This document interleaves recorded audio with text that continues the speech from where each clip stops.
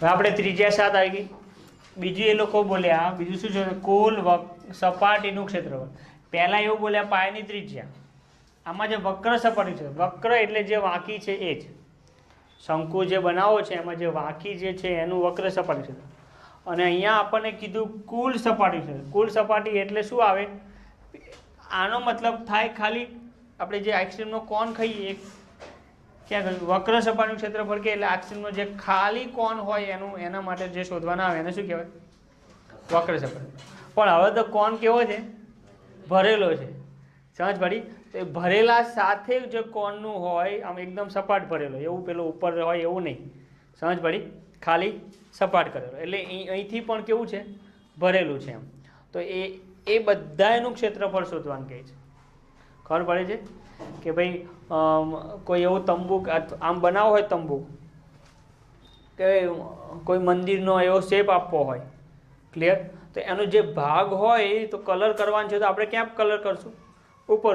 પણ એ તો જ્યાં ગાડી આ કોઈ મંદિર છે માની લો આ રીતે, હમણાં પેલું ત્યાં એક મંદિર બનાવ્યું ને, હા, તો આ રીતે ભાગ છે. તો આ શંકુ બન્યો, તો આનો કલર કરવો છે તો હું અહીં કલર કરીશ, અહીં કલર કરીશ, આ બધે કલર કરીશ, પણ નીચે થોડો કલર કરીશ.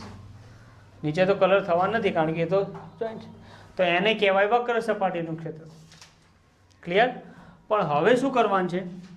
હવે શું કરવાનું છે? આ વસ્તુ નથી, આ કંઈક એવું અલગ જ વસ્તુ છે કે જે ખુલ્લું જ છે. અને ખુલ્લું છે એટલે એને નીચે પણ શું કરવાનું છે? તો બધી સપાટી આવી ગઈ ને, આ આવી ગઈ. તો એનું શું કહેવાય? કુલ સપાટીનું ક્ષેત્રફળ. તો આપણે કુલ સપાટીનું ક્ષેત્રફળ શોધવાનું છે. તો શું લઈશું? શંકુની કુલ સપાટીનું ક્ષેત્રફળ બરાબર પેલામાં હતું πr_l, આવું હતું. હવે એની જગ્યાએ આપણે શું કરવાનું છે? આ નથી લેવાનું. πr r+l આપણું સૂત્ર છે πr_l,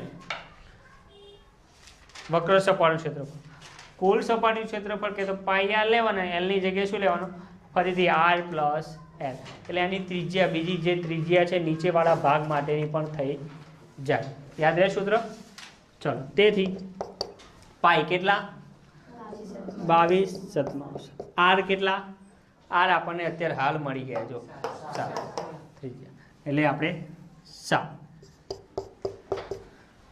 કૌંસમાં ગુણ્યાકાર કરો કે કૌંસ કરો બંને એક જ. r ફરીથી 7 પ્લસ l. ત્રાસી ઊંચાઈ કેટલી આપી દીધી છે? 14.